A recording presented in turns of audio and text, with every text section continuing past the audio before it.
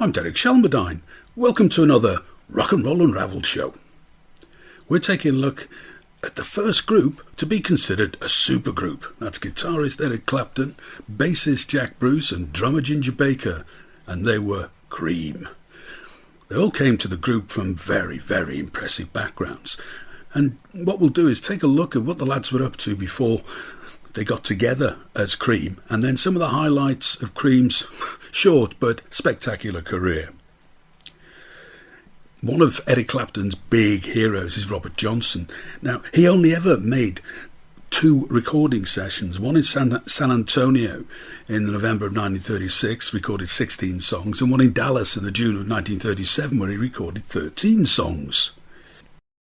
One of those songs he recorded in San Antonio on the 23rd of November 1936 was Crossroad Blues, and of course Cream famously covered it in 1968 on their Wheels of Fire album. We'll start by taking a look at the individuals, Eric Clapton, Jack Bruce and Ginger Baker. We'll look at them together because they're perhaps crisscross on the road to Cream. We'll kick off with Eric Clapton. Born on the 30th of March 1945 in Ripley, Surrey in southern England. In January 1963 he joined the Roosters, and also in the group there were Tom McGuinness and Ben Palmer. Now Ben Palmer went on to become Cream's road manager. He pops up in the story 2 or 3 times. Well, September-October 1963 the Roosters folded, and Eric Clapton and Tom McGuinness joined Casey Jones and the Engineers. Now Casey Jones was actually Liverpool's Brian Casser, of the very popular group, Merseybeat group at the time, Cass and the Casanovas. Now Eric was only in Casey Jones and the Engineers for a handful of gigs, often quoted as 7, and it was far too pop oriented for him, so he joined the Yardbirds. Now Tom McGuinness left early 1964 and joined Manfred Mann. In the October of 1963 Eric Clapton replaced original Yardbirds guitarist Top Topham. Now, Top Topham was only 16 years old, and the growing fame of the Yardbirds meant they needed some professional, and sadly for Top, his parents wanted him to continue with his studies, so he left the group and Eric Clapton moved in. Now, the Yardbirds had recently taken over from the Rolling Stones as the house band at the famous Crawdaddy Club in Richmond, West London. And in the December of 1963, their manager, Giorgio Gomelski, recorded them live with Sonny Boy Williamson too. In November 1964, they managed to score their first UK hit with Good Morning Little Schoolgirl. That reached number 44. And a month later, they released their first album, 5 Live Yardbirds, recorded at the Marquee in the March of 1964. And by the March of 1965, it was pretty much all over for Eric Clapton with the Yardbirds. Their single For Your Love became their second UK hit, actually got to number 3, but once again the group was far too pop orientated for Eric Clapton, so he joined John Mayall's Blues Breakers, and Jeff Beck replaced him as lead guitarist in the Yardbirds. Eric Clapton moved from the Yardbirds and joined John Mayall's Blues Breakers. Not long after he joined, he sort of didn't leave the group, he just took a sabbatical. His plan was to play his way across Europe. So what he did, he formed a band called The Glands, and that included Ben Palmer from the Roosters. And the idea, as I say, was to play across Europe, but they only got as far as Greece, where they were blackmailed by a club owner for working without permits. They made their escape and came back to the UK. While he was away in the September of 1965, Jack Bruce had his first gig with John Mayall's Blues Breakers. And also while he was away in the October of 1965, John Mayall's Blues Breakers released a single called I'm Your Witch Doctor. It featured Eric and was produced by Jimmy Page. Now when he returned and rejoined John Mayall's Blues Breakers in early November, he replaced guitarist Peter Green. Now Peter Green had only been there for a week, and Eric Clapton was back. And Jack Bruce was on bass, so this is the first time that Jack Bruce and Eric Clapton had played side by side, as it were. Jack Bruce left shortly after this and joined Manfred Mann. If you're an Eric Clapton fan, you might want to check out a 1966 Various Artists album called What's Shaking, It has Eric Clapton and the Powerhouse, and they contribute 3 tracks. The Powerhouse included Jack Bruce, Stevie Winwood and Ben Palmer on piano. Ben Palmer was with Eric in the Roosters and the Glands and was also a road manager for Cream. One of the 3 tracks from Eric Clapton and the Powerhouse is Crossroads. We heard the Robert Johnson Crossroad Blues version from 1936 at the beginning of the show, and Cream famously covered it in 1968 on their Wheels of Fire album. In the summer of 1966, John Mayall released the album Blues Breakers with Eric Clapton, and about the same time as the album was released, Eric left Blues Breakers to form Cream, and Peter Green replaced Eric for the second time. Time to look at Jack Bruce and Ginger Baker. Jack Bruce was born on the 14th of May 1943 in Bishopbriggs, Lanarkshire in Scotland, and he learned cello at an early age. In the late 50s, early 60s, he was with Murray Campbell's big band playing the double bass, and by 62 he'd moved to London, where he joined Alexis Corner's Blues Incorporated, playing the upright bass. Ginger Baker was born a little earlier, on the 19th of August 1939 in Lewisham, London. And in 1956, Ginger Baker joined the Storyville Jazzmen and left there to move to Teddy Lightfoot. He joined Alexis Corner's Blues Incorporated in early 1963, and interestingly enough, he replaced Charlie Watts, who'd moved on to join Blues by Six before he joined the Rolling Stones. Now, this Alexis Corner Blues Incorporated lineup included now Ginger Baker and Jack Bruce, and also Graham Bond. And it was in the February of 1963 that the 3 of them left Alexis Corner's Blues Incorporated to form the Graham Bond Trio. What happened, apparently, was that Graham Bond had decided the 3 of them should break away and form their own group, and Graham Bond told Alexis Corner the 3 of them were leaving before the other 2 actually knew they were leaving. And in January 1965, the Graham Bond organisation backed Chuck Berry on his UK tour. Now, famously, Jack Bruce and Ginger Baker did not get on for various reasons. And the urban myth is that after many arguments, the end finally came when Ginger Baker allegedly pulled a knife on Jack Bruce and suggested enough was enough. But Jack Bruce, I think, took the hint, as one would, and went off and joined Manfred Mann. That was the latter part of 1965. Now, in April 1966, Manfred Mann released Pretty Flamingo. That was actually the final single with singer Paul Jones, and it was the only single to include Jack Bruce on bass, just before he left to join Cream. You can see there's a lot of detail in the show, as there always is when you're unravelling rock and roll. Now, to check it out at your leisure, check out the associated blog of the show.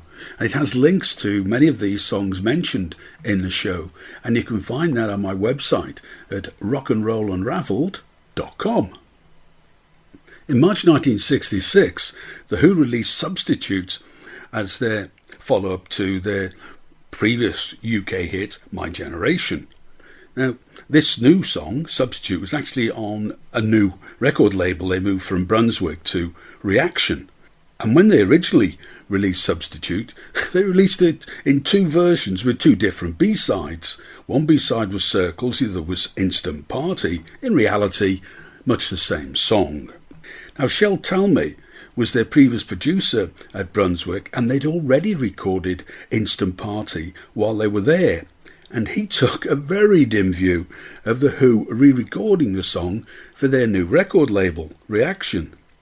So to right the wrong, he obtained an injunction which stopped sales and prevented The Who from recording. Well, rather than have sales of Substitute stall because it was already moving well into the charts, The Who released a 3rd version of Substitute with a B-side called Waltz for a Pig. Now, the artist credited on the B-side was the Who Orchestra, and the writer of the song was credited as Harry Butcher. Now, the Who Orchestra was actually the Graham Bond organisation, which Ginger Baker was still very much a member of. And Harry Butcher, well, I guess you've guessed it by now. Harry Butcher was Ginger Baker. He wrote the song. And with the royalties, he apparently bought himself some driving lessons and a new car. Now, to put Cream into context, in sort of rock and roll context, when they started out in July 1966, beat music was morphing very much into the harder-edged rock music in both the UK and the US. But when Cream had their first UK hit in October 66 with the single Wrapping Paper, the fans were surprised to find them in such a gentle mood. Wrapping Paper was a far cry from the driving blues numbers to be heard at their live performances. The 60s was very much a time of two halves, as it were. The first half of the 60s was very, very different to the second half of the 1960s. Now, the beat groups of the first half of the 60s were very much fading away by the time we get to 95, 96. But the ones who continued across into the second half of the decade tended to be the bands that wrote their own material. People like the Beatles, the Stones, the Kinks in the UK. And of course, it was a very different scene in the first half of the 60s in America. The whole British invasion thing was going on from 64 to 66, 67. And it's the only time in rock and roll history when British groups particularly dominated the American music scene. And that really started in the February of 64, led by the Beatles after their success on the Ed Sullivan Show. Now, the times really were changing on both sides of the Atlantic. In the UK, psychedelia was getting underway with Pink Floyd. They had their first hit single on Lane in the March of 67.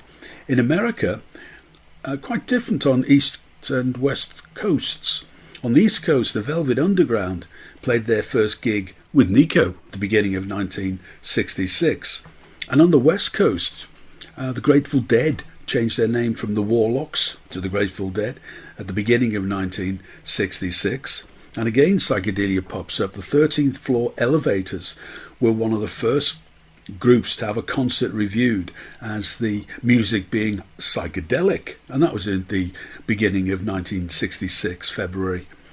And the Doors signed to Elektra. They'd been beavering away, well, in 1965, but they signed to Elektra in the summer of 1966. And Cream were very much in the vanguard of this new rock music. Now, some of the new bands were experimenting with psychedelic rock. We've just heard of a couple of them. And in mid-1966, the Byrds released an album called Fifth Dimension, and the track 8 Miles High is often referred to as the first psychedelic record. Others are contenders, of course. You're listening to Derek Shelmerdine and the Rock and Roll Unravelled show. We're looking at the first supergroup and one of the greatest rock bands of all time, Cream. Cream came together in the early midsummer of 1966. Eric Clapton and Ginger Baker particularly knew each other very well, highly respected each other's musical abilities, and often sat in with each other's bands in various gigs. And famously, Ginger Baker sat in at a gig with Eric Clapton when he was with John Mayall's Blues Breakers in Oxford in the UK. It was Ginger Baker who asked Eric Clapton if he fancied starting a band. So the fact that we had Cream is very much down to Ginger Baker. It was all his idea.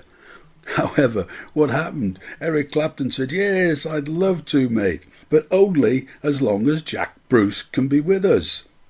Eric had no idea of the history between Jack Bruce and Ginger Baker, and that really ultimately was the downfall of the group a couple of years later.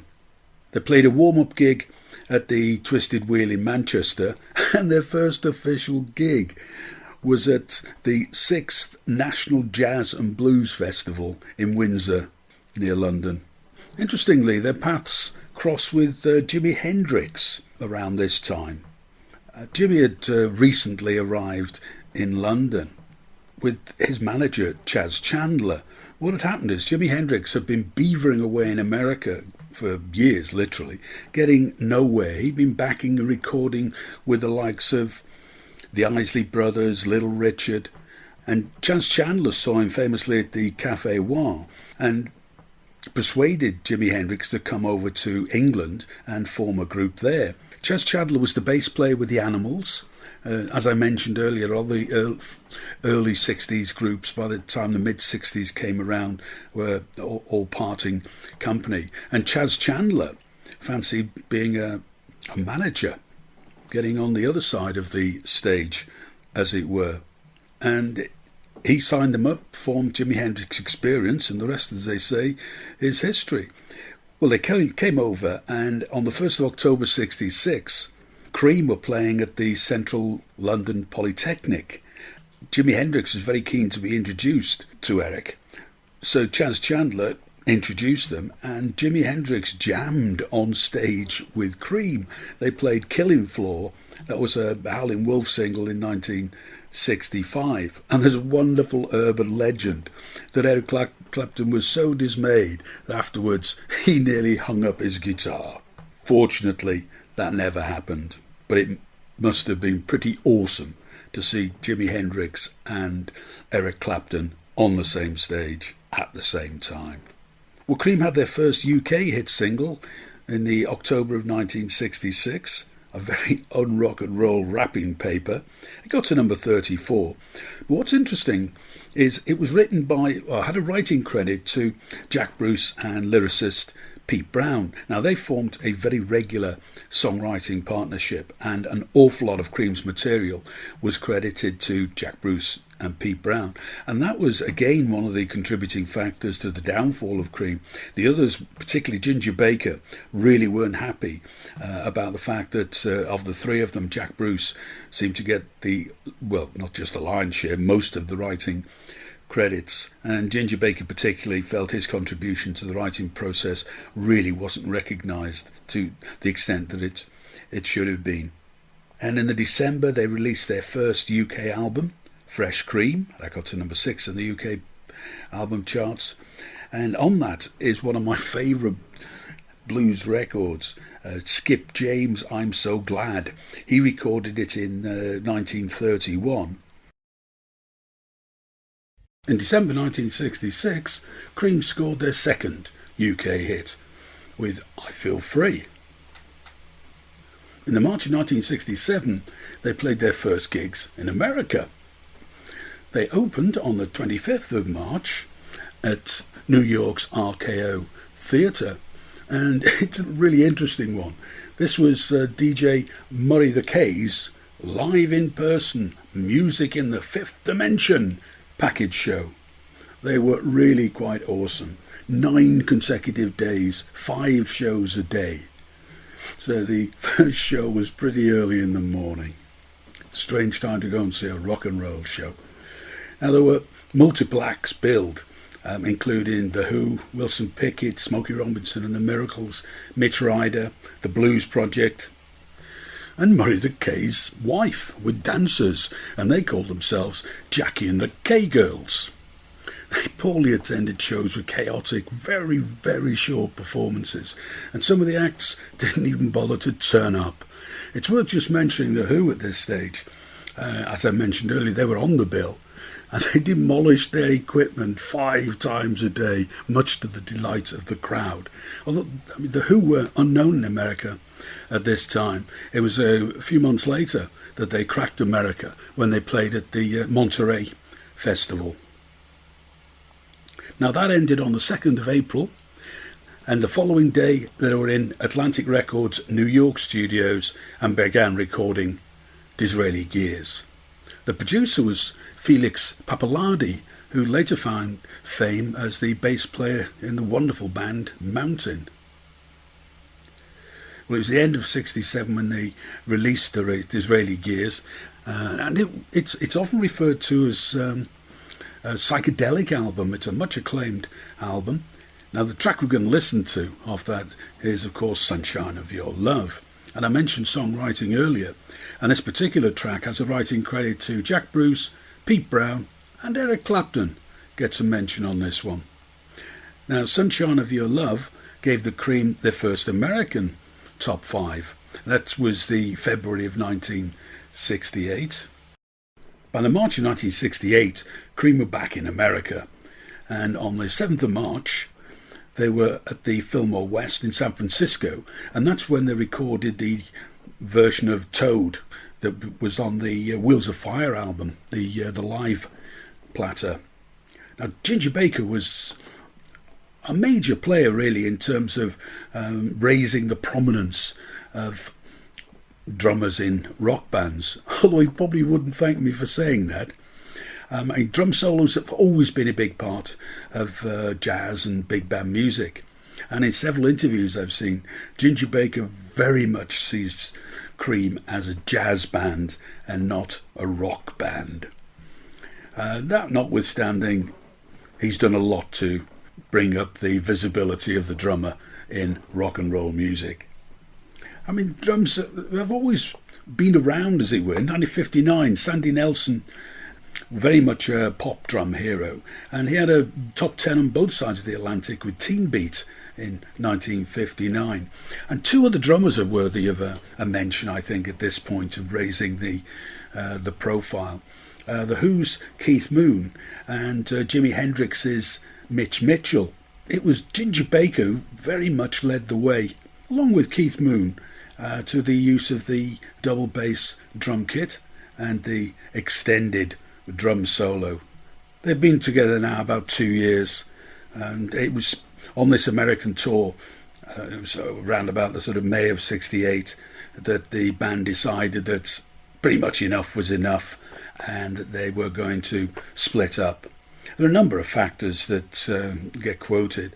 I mentioned before the resentment over royalties, composer credits, the increasing volumes as well. Jack Bruce had a tendency to play really quite loud, and that was one of the things that annoyed Ginger Baker quite a lot. And the personal tensions with Jack and Ginger never really calmed down. They never really got on. And for Eric Clapton, there was another factor as well. His values changed after he listened to The Band and the Basement Tapes and music from the Big Pink. The band, well known for backing Bob Dylan. I mean, they were originally the Hawks when they started backing Bob Dylan, then changed their name to The Band. But Eric Clapton, listening to music from the Big Pink, he wanted a subtler sound. He was tired of having to be a guitar hero for the fans. He wanted something less pressured. And Jack Bruce puts the end down to a really bad review in Rolling Stone in May of 1968. The review really hit the group's confidence. And Jack was also becoming bored with the trio formula. He wanted to be more adventurous, more complex arrangements, horns, and he felt that the group had plateaued, really, musically. On the 13th of July 1968, the headline in Melody Maker, Cream, split up. We're at the end of the story. They released Wheels of Fire, their double album, one live platter, one studio platter, in the August of '68. And in the October of '68, they were back in America. They opened their final US tour at Oakland Coliseum. And on the 19th of October, recorded the live portion of Goodbye at the Forum in Los Angeles. The tour ended on the 4th of November at Rhode Island Auditorium. Interestingly enough, the support was Terry Reid, and he famously turned down the offer from Led Zeppelin to be their lead singer in this new band they were forming, Led Zeppelin. Famously, on the 26th of November, Cream played their UK farewell concerts at the Royal Albert Hall, 2 concerts, and they were supported by Yes and Taste. And in early '69 they released Goodbye, and one of the tracks was Badge, written by Eric Clapton and George Harrison of Beatles fame. Now, George Harrison also played on Badge, but for contractual reasons he was billed as L'Angelo Misterioso. Well, Eric Clapton and Ginger Baker actually stayed together after Cream and formed Blind Faith, and they made their debut in Hyde Park on the 7th of June 1969. Well, 1993, Cream was inducted into the Rock and Roll Hall of Fame. Interestingly, Eric Clapton was first inducted into the Hall of Fame in 1992 with the Yardbirds, and then again in 1993 as Cream, and then his third induction into the Rock and Roll Hall of Fame came in 2000 as a solo artist. And there were some reunion concerts in 2005.